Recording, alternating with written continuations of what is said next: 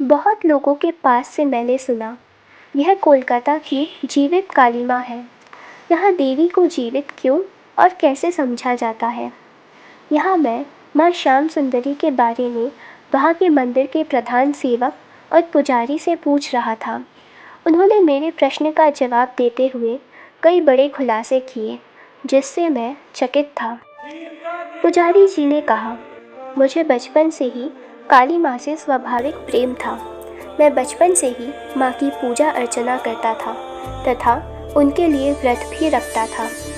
2015 में मैं जब कोलकाता आया था, तब से मेरे अंदर एक दार्शनिक तत्व का विकास होने लगा, जो कि अरबिंदो घोष द्वारा रचित गीता की टीका को पढ़कर मुझ में उत्पन्न हुआ। इस रचना को पढ़कर पहली बार मुझ में माँ काली को समझ पाने की इच्छा उत्पन्न हुई। माँ को समझने के लिए गीता को पहले समझा मैंने। मैं आज यह निश्चित रूप से कह सकता हूँ कि माँ काली स्वयं मंदिर में विराजमान है और पूर्णतः जीवित है, हम और आपकी तरह। यह आध्यात्मिक तत्व तथा दार्शनिक तत्व के आधार पर मैं कहता हूँ। गीता द्वारा मैं ये समझ पाया कि दीक्षा लेने से तथा पूजा पाठ एवं सत्संग में रुचि रखने से कोई भी ब्राह्मण बन सकता है। ब्राह्मण बनने के लिए पिता के पद की कोई आवश्यकता नहीं। जो कोई भी ब्रह्म दीक्षा लेता है, भले ही वह किसी दूसरे धर्म का हो या किसी दूसरे देश का, वह ब्राह्मण कहलाने के योग्य है। वह केवल इस मंदिर का ही नहीं, अपितु विश्व के किसी भी मंदिर का पुजारी बनने में सामर्थ्य है, क्योंकि गीता के चतुर्थ अध्याय के 13वें श्लोक में यह साफ वर्णित है कि भगवान कृष्ण ने 4 वर्णों की उत्पत्ति की है, गुण और कर्म के आधार पर। एक साफ सफाई करने वाला व्यक्ति अगर रात में आके नशे में धुत रहे, वह शूद्र कहलाने के योग्य ही है। परंतु अगर वही व्यक्ति दिन में साफ सफाई करने के बाद रात में ईश्वर की भक्ति करे तथा स्वयं को पवित्र रखे, तो वह भी ब्राह्मण कहलाने के सर्वथा योग्य है। क्योंकि पहले गुणों का विचार होता है, उसके बाद कर्म का। सनातन धर्म में जन्म के आधार पर वर्णों को विभाजित कभी भी नहीं किया गया। इसलिए ध्रुव देव भी ब्राह्मण ना होते हुए भी ब्रह्म को प्राप्त हुए। सनातन धर्म कभी भी भेदभाव की स्थिति को उत्पन्न नहीं करता। सभी का स्वागत खुले हाथों से किया जाता है, परंतु ईश्वर की प्राप्ति के लिए अपनी योग्यता को प्रमाणित करना आवश्यक है। पुजारी जी कहते हैं, यहाँ माँ श्याम सुंदरी भक्तों से स्वयं वार्तालाप किया करती हैं, भले ही भक्त ज्ञानी हो या अज्ञानी।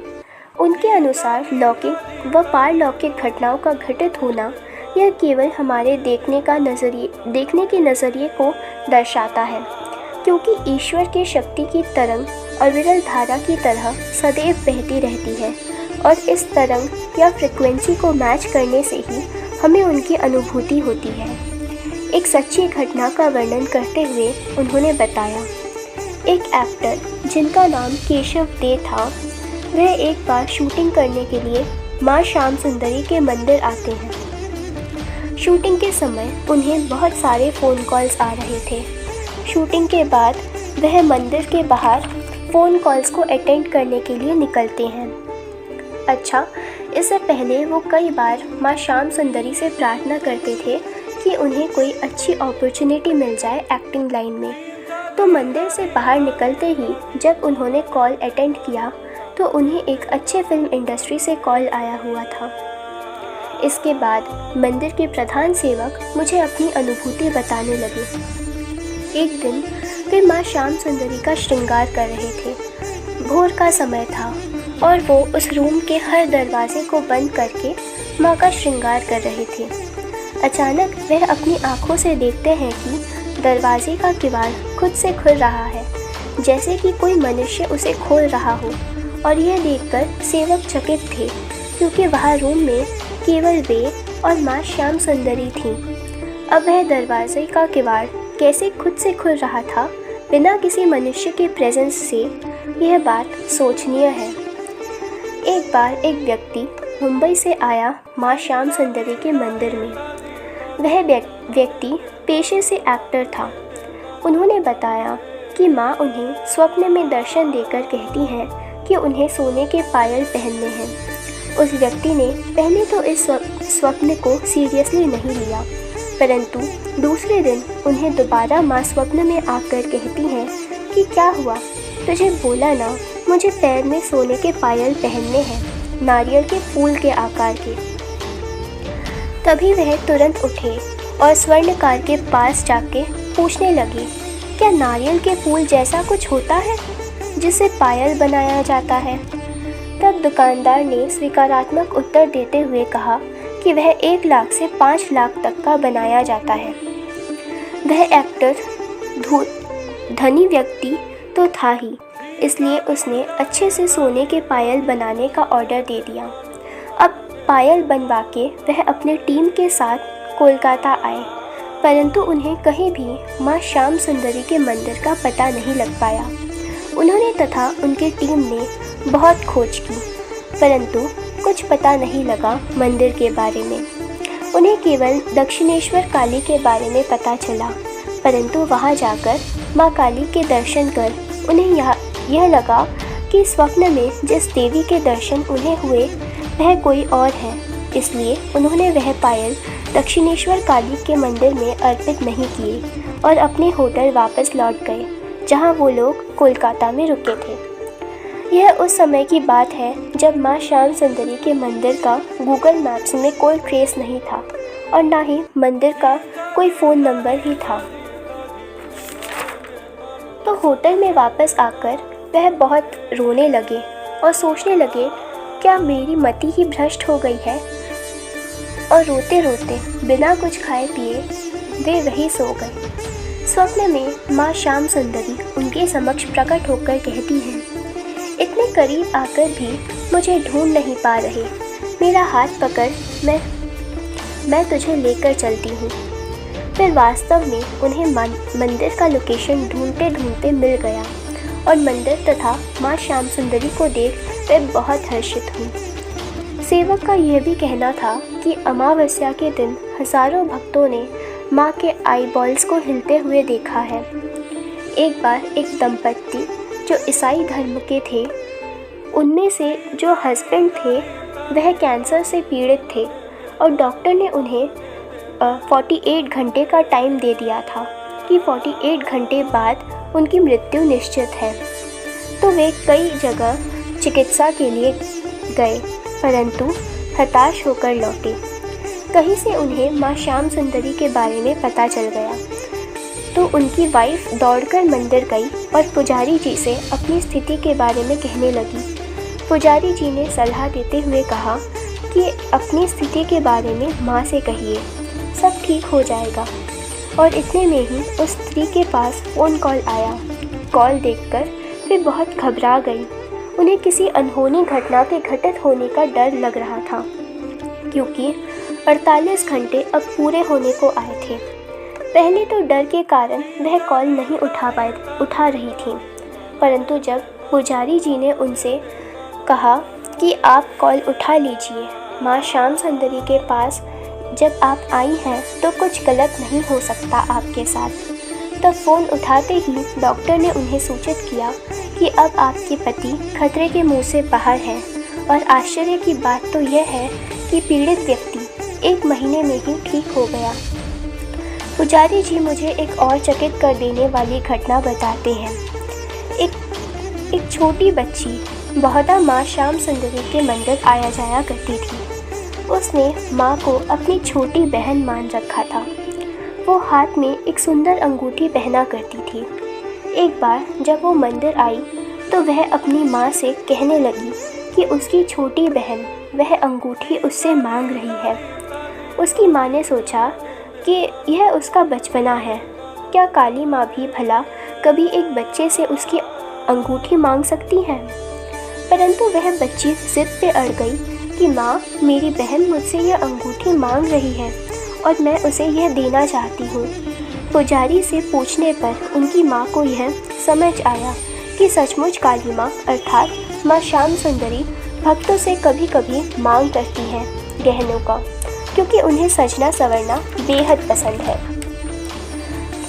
तब उस छोटी बच्ची को उसकी मम्मी वह अंगूठी माँ को देने के लिए राज़ी होती है। माँ श्याम सुंदरी को अंगूठी अर्पित करके वह बच्ची बहुत खुश होकर कहती है कि पिछले 5 दिनों से माँ उनकी अर्थात उनकी छोटी बहन उनसे यह अंगूठी मांग रही थी। आज वो फाइनली उन्हें यह अर्पित कर पाई।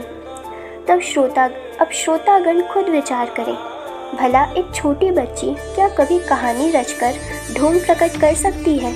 यह सचमुच ही माँ श्याम सुंदरी की कई लीलाओं में से एक है। इस मंदिर में भक्तगण माँ श्याम सुंदरी को जीवित मानते हैं, क्योंकि माँ उनको अपने होने का प्रमाण देती रहती है। जब कोई भक्त माँ को अपने घर आने का न्योता देता है, तब उसे अपने घर चरणों के निशान या किसी के चलने की आहट की स्पष्ट अनुभूति होती है। और सिर्फ यही नहीं, दूसरे दिन सुबह पुजारी को माँ के पैरों में कुछ धूल के कण नज़र आते हैं।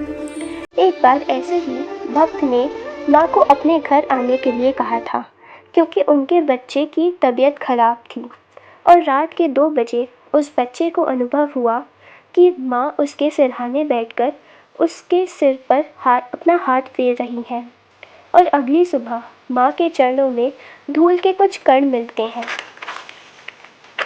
एक और चकित कर देने वाली घटना दुर्गा पूजा के पहले घटित हुई।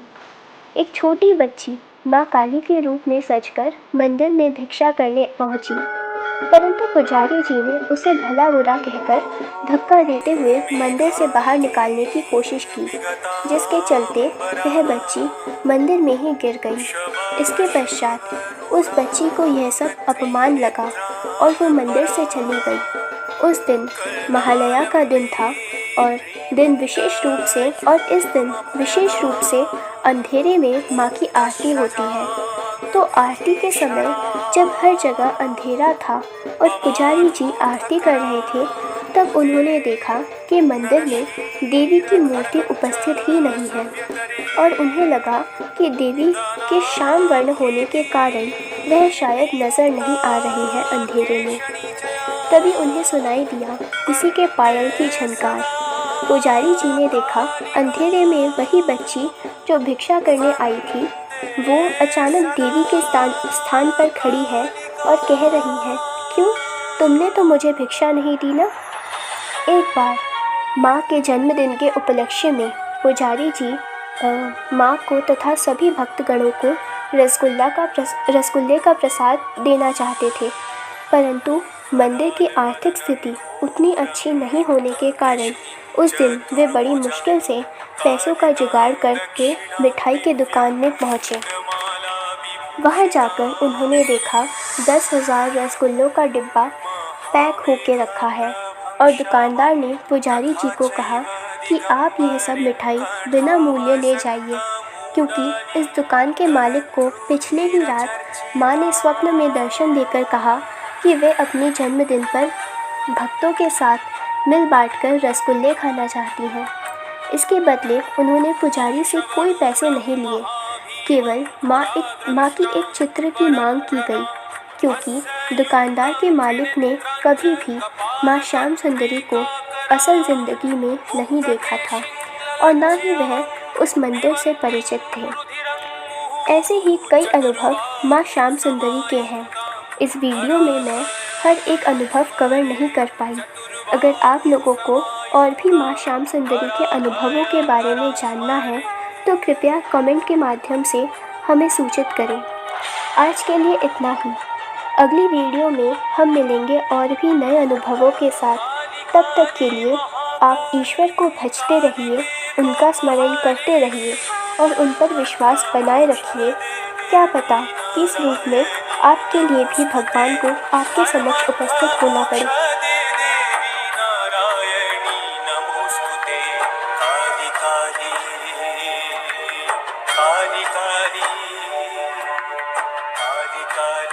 काली काली महाकाली काली के परमेश्वरी। इतना सुंदर मुस्कुरा कहीं पे नहीं है। बाकी लोग का विश्वास है इधर जो भी मनमांसा लेके आता है वो पूरा होता है। इधर पे कोई माँ किसी को खाली हाथ नहीं भेजता है। कोई ताबीज काबज पत्थर कुछ भी नहीं लगते। सिर्फ इधर क्या लगते हैं पता है? माँ मेरा कोई नहीं तुम्हारा सिवा, ये बोलने का लगता है। नमोस्तुते नारायणी नमोस्तुते